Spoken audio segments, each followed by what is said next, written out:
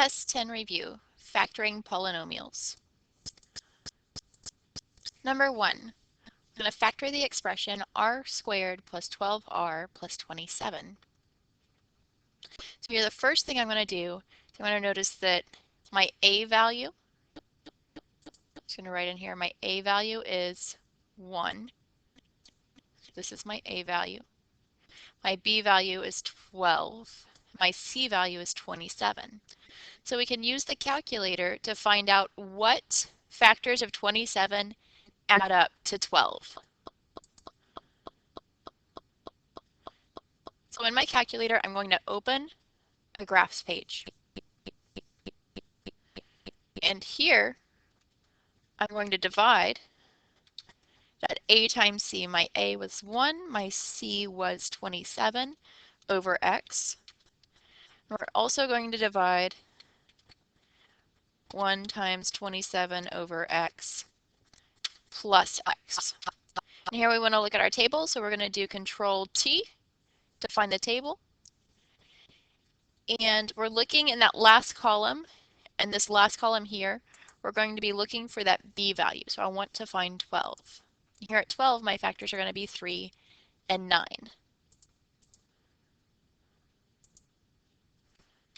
So my factors are going to be r plus 9 and r plus 3. Number 2. We're going to factor the expression x squared minus 23x minus 50. Again, I have an a value of 1. My b value is negative 23, and my c value is negative 50. So again, I'm going to use my calculator to find, well, what factors of negative 50 add up to negative 23. So in my calculator, I'm going to edit and make my numerator 1 times negative 50 in both of my equations. In that last column, we want to find where is negative 23 because our b value is negative 23. If I look here, we've got negative 23, so my factors are 2 and 25. So my factors are x plus 2, x minus 25. Number 3. Again, I'm going to identify my a, b, and c values. So my a value is 1. There's no m, so my b value is 0, and my c value is negative 900. So again, in my calculator, I'm going to edit the numerators so that I can find what two numbers multiply together to give me negative 900. So I'm going to say 1 times negative 900 and add up to 0. I'm going to change this to negative 900. We want to find where is 0. Keep going down, I'm getting closer. Negative 20s, negative 1. There we go. So my factors are going to be 30 and negative 30. So my factors are m plus 30 and minus 30. Number 4, 21p squared plus 22p plus 5. So to factor this, the first thing I'm going to do is I'm going to look to see is there anything that can factor out. Well, 21, 22, and 5 don't share any factors. So I'm going to find in my calculator what are the factors of 21 times 5 that add up to 22. So my a value is 21, my b value is 22, my c value is 5. So in my calculator, I'm going to multiply that 21 times 5 in the numerators of the equations we've been using. So I'm going to edit my numerators.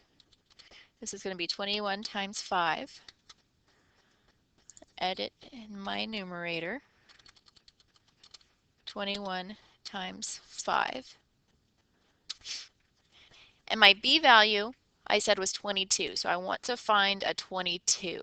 So it looks like going up is smaller. Sure is. I'm going to keep going up till I find 22. There we go. So my factors are 15 and 7. So here my factors are 15 and 7, so I'm going to have p plus 7, p plus 15. But my a value is 21, so we need to divide 7 by 21 and 15 by 21. The next step would be to simplify that. So 7 over 21 and 15 over 21 both reduce. They both reduce to 1/3 and 5/7. Then I can move those denominators to be the coefficients of my p's. So my factors are 3p plus 1 and 7p plus 5. Because both that 3 and that 7 will move to be the coefficients of p.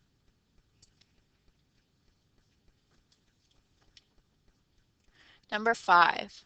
Number 5 is multiple choice, but again we're factoring a trinomial. So I have 2x squared minus 25x plus 63. So my a value is 2, my b value is negative 25, my c value is 63.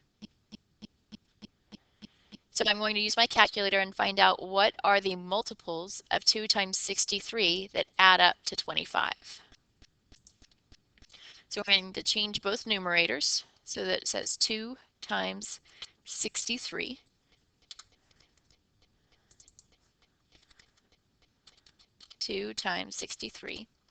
I'm looking for negative 25. So if I go up, it looks like my numbers get smaller. Oh, then it jumps. Interesting. Oh, I see. But that doesn't matter. We're looking for negative 25. There we go. And I've got negative 7 and negative 18. So our current factors are x minus 7 and x minus 18, but my a value is not 1, so we need to divide both of those constants by a. So we're going to divide by 2. So I have x minus 7 halves and x minus 18 halves.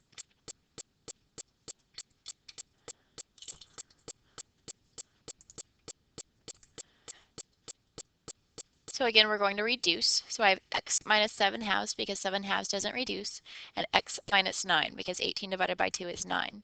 Then I'm going to take that denominator and move it out front to be the coefficient of x. So I have 2x minus 7 and x minus 9, and that matches answer choice C.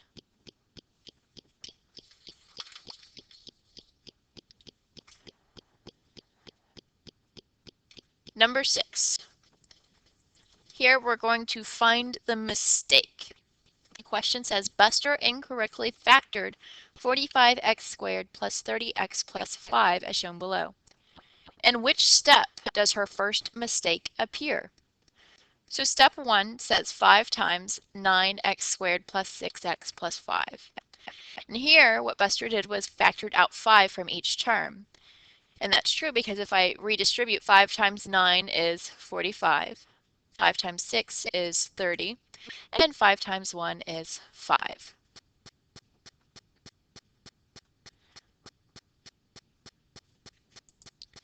In the next step, it looks like Buster tried to factor 9x squared plus 6x plus 1. So 9 is my a value, 6 is my b value, 1 is my c value.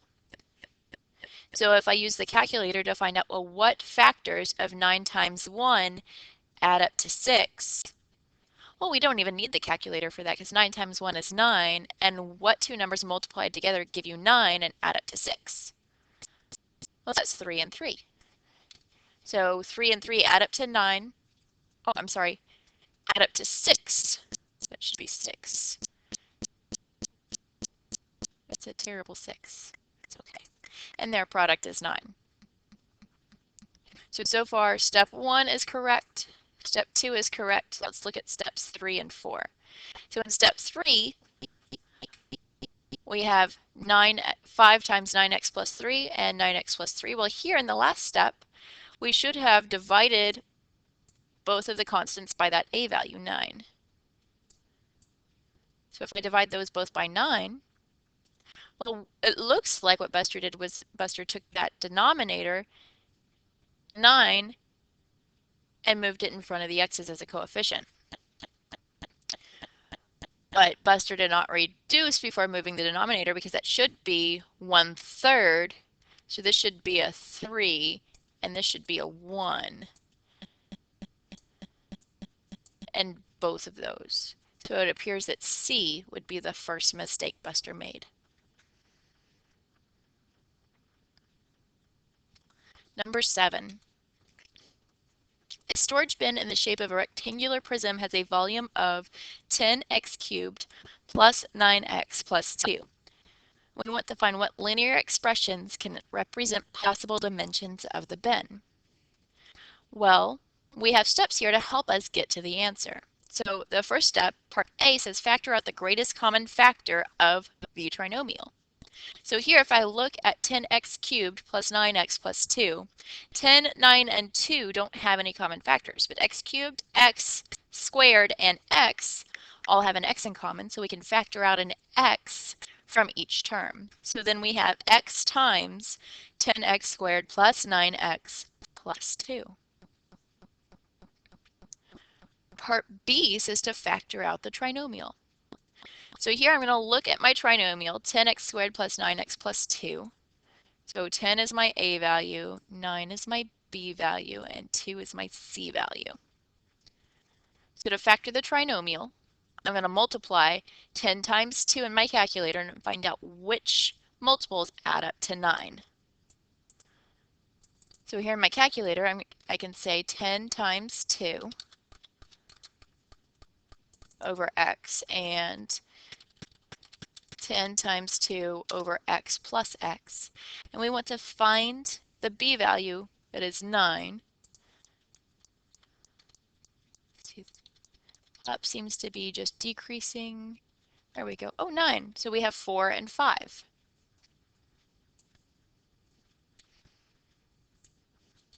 So here I have x plus 4 and x plus 5. Then I need to divide by that a term, 10. So I have x plus 4 tenths and x plus 5 tenths. If I simplify here, I get x plus 2 fifths and x plus 1/2. And then I can move both of the denominators in front of the x. So then I get 5x plus 2 and 2x plus 1. Finally, what are the possible dimensions of the bin? Well, the possible dimensions are going to be all of the factors. So far we have 5x plus 2 and 2x plus 1. And in the first step, we factored out an x. So the possible dimensions are x, 5x plus 2, and 2x plus 1.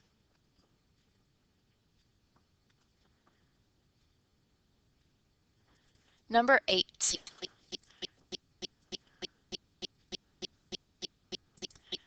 I'm going to factor the expression by grouping.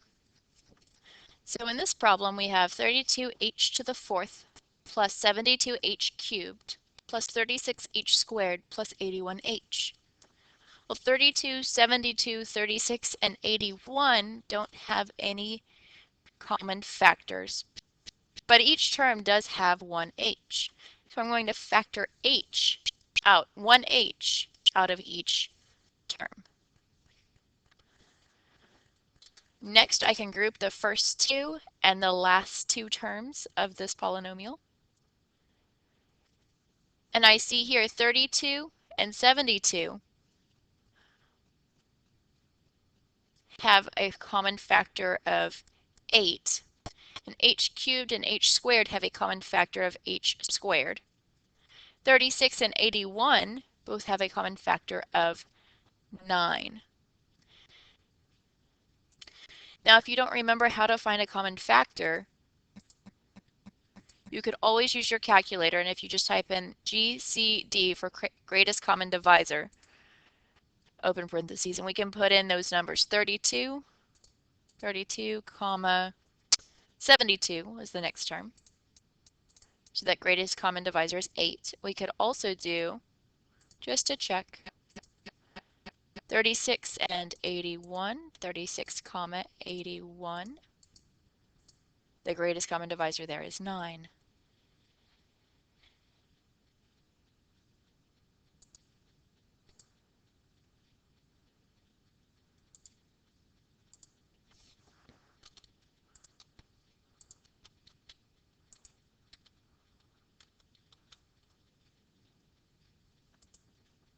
So here we would factor out that 8h squared plus 9.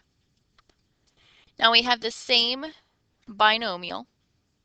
So then this looks just like the distribution property we were using before when we were multiplying two binomials. So then I have the factors of 4h plus 9, then 8h squared plus 9 is a factor, and of course we still have h.